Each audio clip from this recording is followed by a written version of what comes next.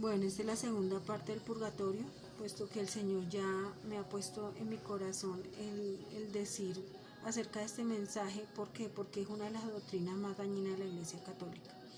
Realmente es una enseñanza que ha condenado muchas almas al infierno, porque genera esa confianza del hombre y esa despreocupación, pensando que después de esta vida hay otra oportunidad o un lugar donde él va a terminarse de purificar, aun cuando murió en pecado. Eso no es así. La verdad que nos dice la Biblia es que todo el que creyere, dice así la gran comisión, dice, y Jesús les dijo: id por todo el mundo y predicad este evangelio a toda criatura. El que creyere y fuere bautizado será salvo, mas el que no creyere será condenado. Aquí habla obviamente de cielo e infierno. No habla de un lugar ni preexistente para entrar antes del cielo, ni un lugar intermedio. Entonces es importante que tengamos eso claro.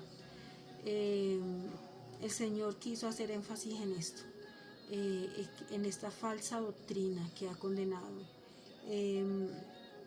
Las otras palabras que no mencioné en el mensaje anterior del purgatorio, que se encuentran en la Biblia fuera del cielo y el infierno, es el Hades.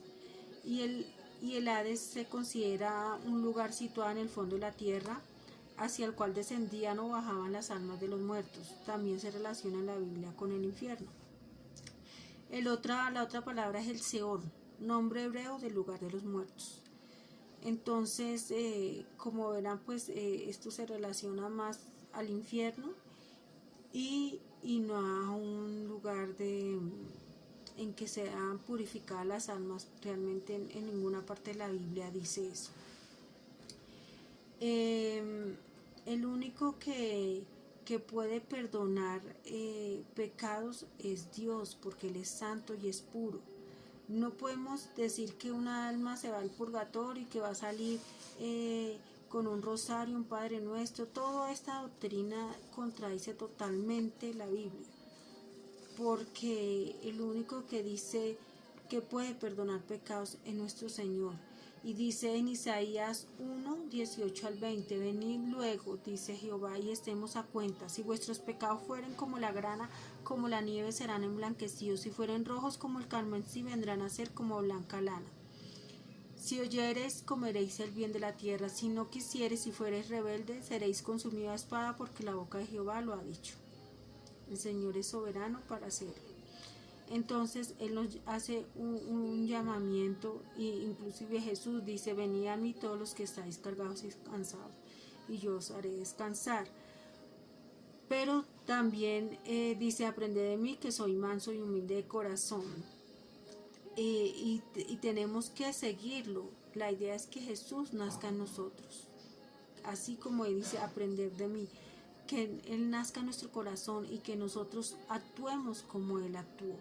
Ese es el llamado, por eso Él vino a darnos ese ejemplo. Aquí dice que en Juan 1:4 del 1 al 3 dice: amado, no creáis a todo espíritu, sino probad los espíritus, si son de Dios, porque muchos falsos profetas han salido por el mundo. En esto conocéis el Espíritu de Dios. Todo espíritu que confiesa que Jesucristo ha venido en carne es de Dios, y todo espíritu que no confiesa que Jesucristo ha venido en carne no es de Dios, y este es el espíritu del anticristo, el cual vosotros habéis oído que viene y que ahora ya está en el mundo. La Iglesia Católica hace mucho énfasis en que María es Madre de Dios, porque fue Madre de Jesucristo. Y aquí nos dice claramente que el que diga que Jesucristo no es venido en carne no es de Dios. ¿Por qué? Porque cuando Jesucristo vino a este mundo a vivir como hombre, sintió hambre como un hombre normal, sintió sed, inclusive experimentó emociones. Él lloró en la muerte de Lázaro, su amigo. También lloró cuando entró a Jerusalén y fue recibido con esa entrada triunfal. Entonces vemos un Jesús humano en carne y hueso. Cuando Él fue llevado a la cruz, él sintió como un ser humano y él no vino a vivir como un Dios, porque no hubiera tenido sentido. Todo lo contrario, siendo Dios, se humilló al nivel de un hombre y vivió como hombre. Por eso María es madre de Jesucristo hecho carne, pero no es madre de Dios, porque Dios la creó, fue a ella y no ella a Dios. Ahora, Dios permitió en su soberanía que ella llevara en su vientre a Jesucristo, porque él tenía que nacer en forma de carne como nace una persona normal. Lo único diferente es que la simiente, la semilla, la puso Dios cuando ella cuando el Espíritu Santo se posó sobre ella y ella engendró por obra y gracia el Espíritu Santo. Esa semilla la puso Dios, por eso él no tiene el pecado original, porque su simiente fue de Dios, pero en el resto de su vida fue normal como un hombre. Y es que a veces nos cuesta mucho creer esto, y nos han hecho creer que no, que él vivió como un Dios y que él fue tentado, pero como era Dios, no. Él tuvo que hacer un ayuno de 40 días, como lo hicieron muchos hombres en la Biblia, para tener el ministerio que tuvo, para que el Espíritu Santo entrara a la edad prácticamente de 30 años en su vida, como lo hace cualquier otro hombre normal que tiene una relación estrecha con Dios, porque él fue a ser un ejemplo, y para ser ejemplo tuvo que rebajarse al nivel de hombre. Por esto el apóstol Juan nos dice que no creáis al que dice que Jesús no es venido en carne. Jesús fue venido en carne, y tiene el Espíritu de Dios, pero el que no confiesa que Jesús ha venido en carne tiene el espíritu del anticristo, que es el que se opone a todo lo que es de Cristo, de Dios. Entonces, aquí vemos claramente esta doctrina para dónde nos lleva y qué nos enseña. La misma escritura lo dice, esto sale de una relación con Dios, esta interpretación. La Biblia es de interpretación universal, no es personal, o sea, el mensaje es el mismo para todos, pero tenemos que leerla y tenemos que entrar en esa intimidad con Dios. Si analizamos todo esto, llegaremos a la verdad de Cristo. Obviamente la Iglesia Católica se podría decir que es la iglesia o la religión con más poder mediático, porque esto tiene un propósito, porque ella fue creada para un propósito y no fue para salvación del hombre, no. Ella fue creada para un propósito en este mundo, y eso lo veremos más adelante. Se los estaré explicando en otro mensaje. Dice en 1 Juan 4:5 dice: ellos son del mundo, por eso hablan del mundo y el mundo los oye. Y vemos que realmente pues la que tiene un espacio mediático a nivel mundial es la Iglesia Católica, pero usted no ven movimientos cristianos que se escuchen en la televisión. No quiere decir que eso no pase, quiere decir que ellos no son difundidos, pero porque el príncipe de este mundo es Satanás y tiene el control de los medios de comunicación. Pónganle lógica a este asunto.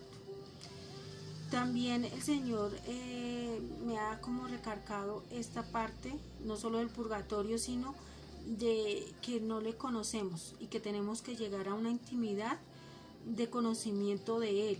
De hecho, en Oseas 4:6 dice: mi pueblo fue destruido porque le faltó conocimiento. Por cuanto desechaste el conocimiento, yo te echaré del sacerdocio, y porque olvidaste la ley de tu Dios, también yo me olvidaré de tus hijos. Aquí vemos claramente que la palabra destruir o perder pues no es nada bueno, ¿no? Y está hablando el pueblo porque no leyó las escrituras, porque no tuvo esa relación con Dios. De hecho, cuando el pueblo de Israel es sacado de Egipto, pues realmente los que entraron a la tierra prometida fueron dos, porque ya toda esa generación, viendo todas esas maravillas que había hecho Dios por ellos, y siguieron siendo rebeldes, necios, siguieron hablando, difamando al mismo Dios, a Moisés, se pusieron en contra de Moisés, y todo esto pues terminó en que fueron destruidos. Y lo peor de todo, pues lo peor de todo que le puede pasar a un ser humano, la condenación, y es lo que Dios quiere evitar con estos mensajes. Y sé que hay mucha gente, muchos hijos de Dios trabajando para que esta verdad se sepa. Dios envía a sus trabajadores para esto, para salvación de las personas, de los que están escritos en el libro de la vida desde la fundación del mundo, para esos que aún no han creído pero llegarán a creer, para la gloria de Dios. Entonces aquí vemos que desconocemos las escrituras y desconocemos el carácter de Dios. Otro versículo que nos habla del carácter de Dios es en Hebreos 10:31, dice: horrenda cosa es caer en manos del Dios vivo. ¿Por qué dice eso?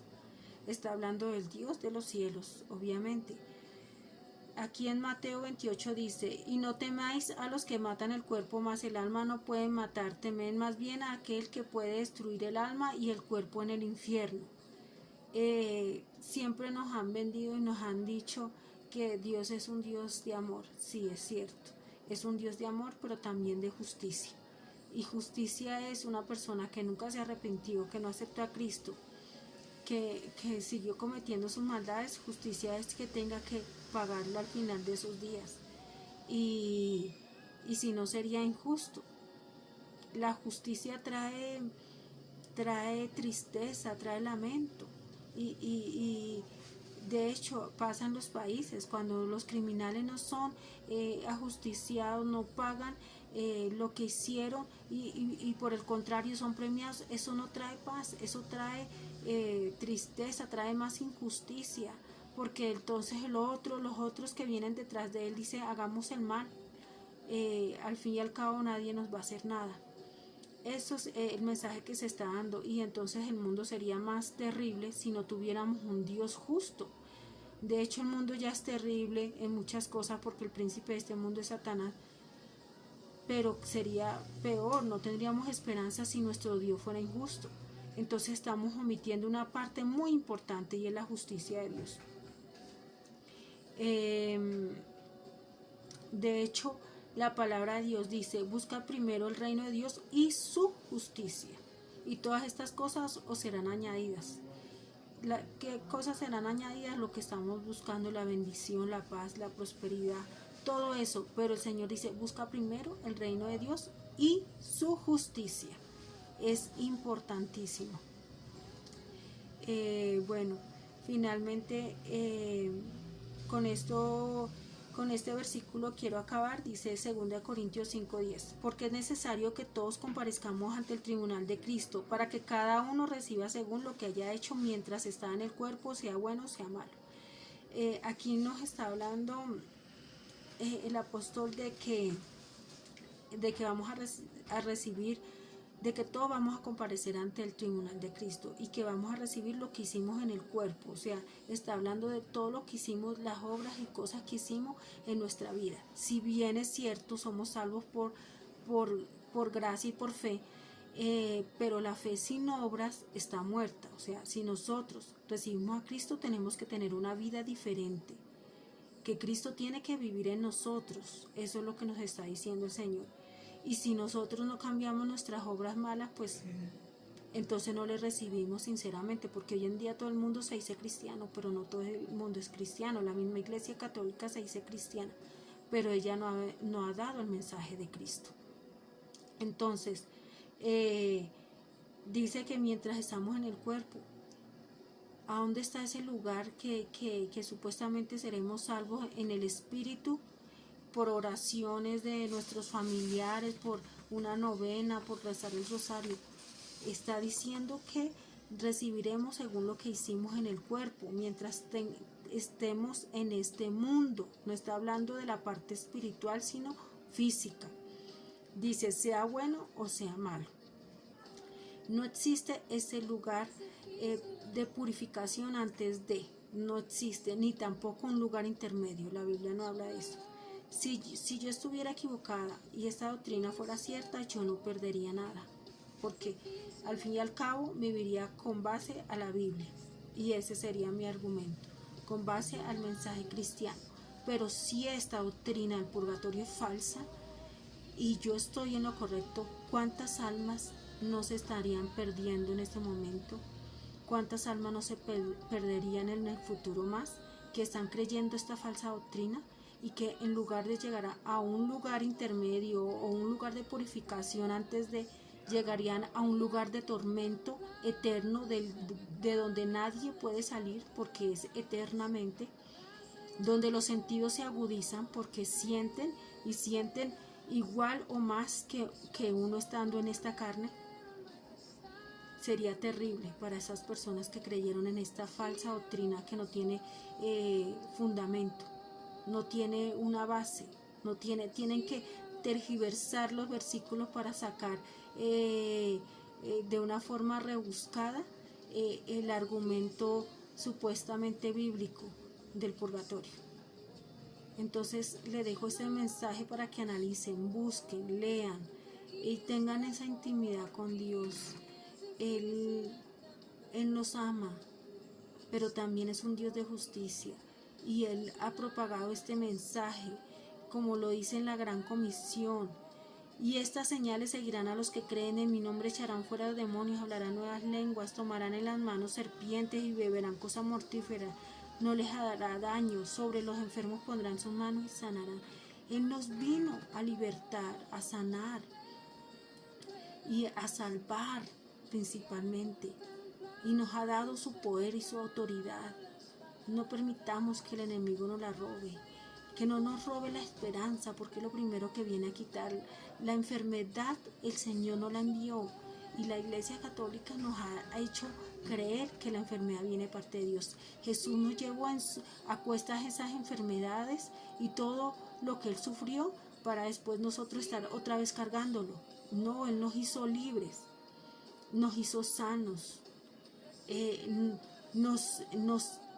nos dio la salvación, que es lo más importante. Entonces, ahí les dejo, sigan investigando, sigan viendo. Sé que este mensaje es para aquellos escogidos, elegidos, aquellos que han decidido escuchar la voz de nuestro Señor Jesucristo. Él es el camino, la verdad y la vida.